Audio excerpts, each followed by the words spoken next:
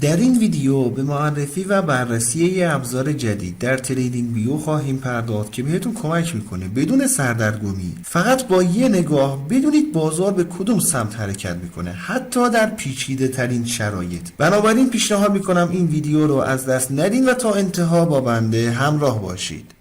دوستان عزیز سلام، من علیرضا هستم و به گلدن تریدینگ سیستم خیلی خوش اومدین. اندیکاتوری که در تصویر مشاهده میکنید یه ابزار پیشرفته تحلیلی تکنیکی هست که نسل جدیدی از سیستم شناسایی روند هست و به صورت هوشمندانه با رفتارهای خطی و غیر خطی بازار هماهنگ شده و نمایی دقیق‌تر، تطبیق پذیرتر و کاربردی‌تر از ساختارهای روند رو در اختیار معامله‌گران قرار میده. اندیکاتور دارای دو ساختار اصلی هست، یعنی کانال ها و خط میانی کانال و تطبیق پذیری رنگ کندل ها با شرایط بازار. هنگامی که شیب خط میانی به سمت بالا باشه شاهد روند و مومنتوم صعودی در بازار هستیم و در صورتی که شیب این خط به سمت پایین باشه نشون دهنده روند و مومنتوم نزولی در بازار خواهد بود. از باندهای بالایی و پایینی میتونید با عنوان سطوح حمایت و مقاومت دینامیک هم استفاده کنید. به فرض مثال در این دو منطقه شاهد بازگشت قیمت از کف کانال بودیم، ولی این اتفاق همیشه رخ نمیده و در صورتی که منجر به شکست کانال بشه تغییر روند رو میتونیم انتظار داشته باشیم. پتانسیل بسیار مناسب اندیکاتور شناسایی قدرت روند هست که به عنوان یک فیلتر اساسی عمل کرده و دید بهتری رو در اختیارمون قرار میده. بدین صورت که رنگ کندل ها به رنگ سبز روشن نمایش داده بشه نشون دهنده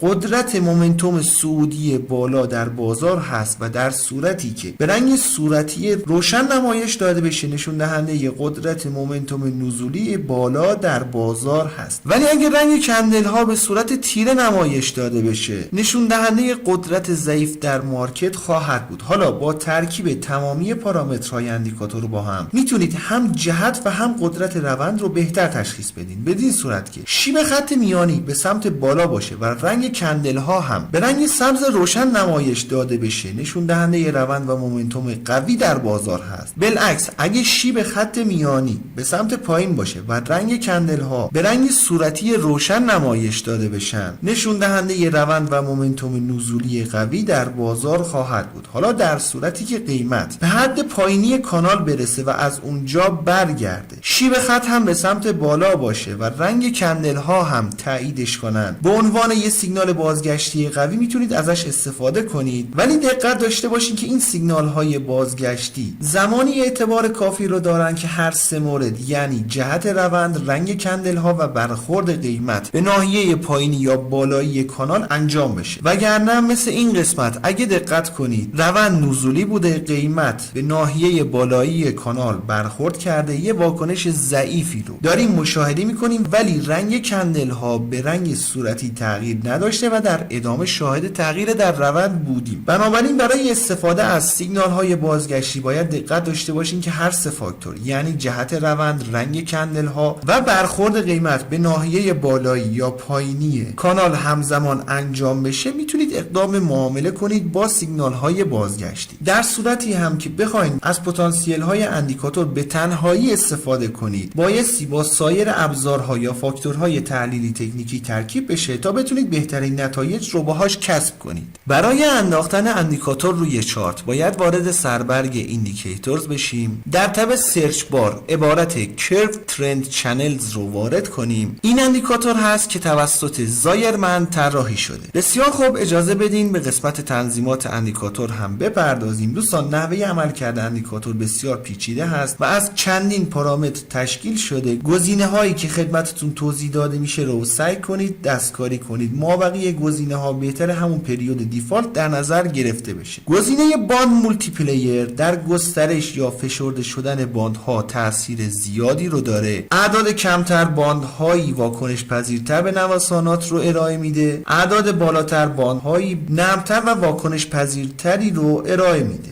در ادامه اگر تیک این گزینه غیر فعال بشه حالت خمیدگی باندها غیر فعال میشه، ولی اگه فعال باشه با توجه به میزان شیبی که براش در نظر گرفته میشه باندها حالت خمیدگی رو به خودشون میگیرن. این گزینه ها دوستان بیشتر شبیه به کارکرد اندیکاتور پارابولیک سار رو دارن که ما در ویدیو شماره 21 از دوره آموزش گام به گام تحلیل تکنیکال به صورت کاملا اصولی و کاربردی بهش پرداختیم. در نهایت هم این گزینه برای شناسایی ساختار روند در کندل ها تاثیر مستقیمی رو داره. اعداد بالاتر روند رو براتون در بلند مدت شناسایی میکنه و رنگ کندل ها رو باهاش تطبیق میده. اعداد پایینتر با حساسیت بیشتری نسبت به نوسانات قیمت روند رو شناسایی و در کوتاه مدت براتون ساختار بازار رو بررسی میکنه. در نهایت هم اگه دوست داریم به صورت کاملا اصولی از عملکرد این دو گزینه اطلاع داشته باشین یا اندیکاتور پارابولیک سار رو به صورت کاربردی یاد بگیرین، پیشنهاد میکنم ویدیو شماره 21 از دوره آموزش گام به گام تحلیل تکنیکال که تصویر ویدیو رو الان روی صفحه مشاهده میکنید روش کلیک و تماشا کنید. انشالله که براتون مفید باشه. رو قله میبینمت دوست من.